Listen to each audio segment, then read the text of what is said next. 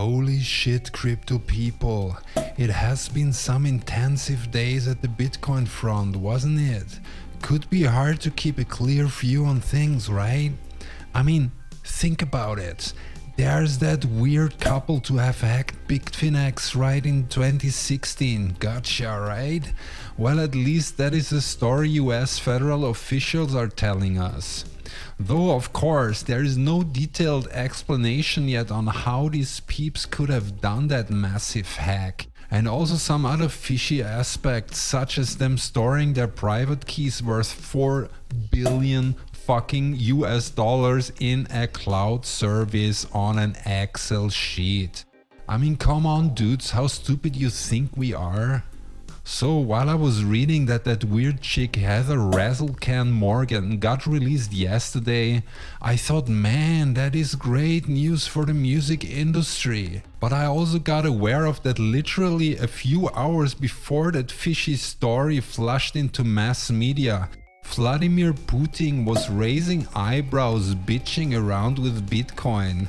He was literally shilling his own country as the place to be for miners and cryptos in general. I mean, don't be naive and think that was without any reason or coincidence. That bear rider in the Siberian forests was literally anticipating the biggest crypto crime success stories the US has ever uncovered. And he has the time for all that in the middle of the Ukraine conflict. I mean, you got me here?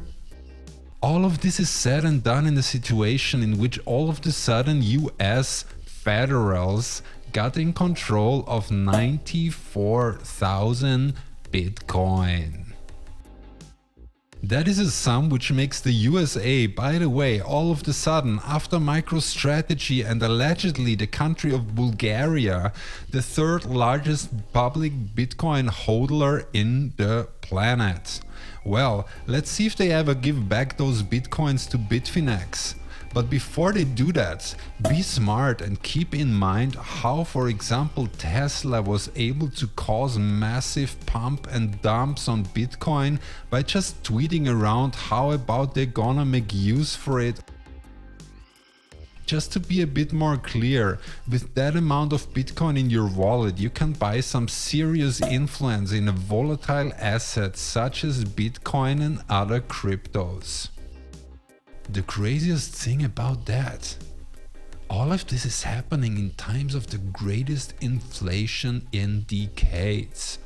Don't be a fool and believe all of that is just coincidence. Alright? Oh yeah, and don't forget on what's going on in Canada. Frozen bank accounts, anyone? Dear non-mainstream people believers? Frozen CDEX crypto wallets for people who are against the government? I mean, are you feeling all fine and happy now in your Western value democracy?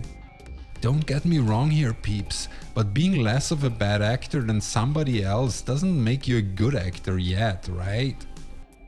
So, well, what's the conclusion of all of these stories, people? How can we wrap our heads around that in times of social media bubbles and fake news overflow that is making our minds go nuts? Well, to be honest, you shouldn't even trust me as you have no fucking clue who I actually am. But one thing should be certain in this situation.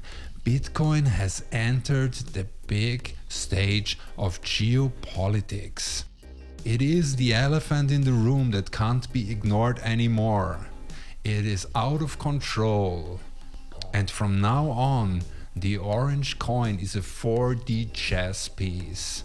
That means we have entered a whole new level in the crypto revolution. So, crypto peeps, act wisely, do your own research and don't let them fool ya.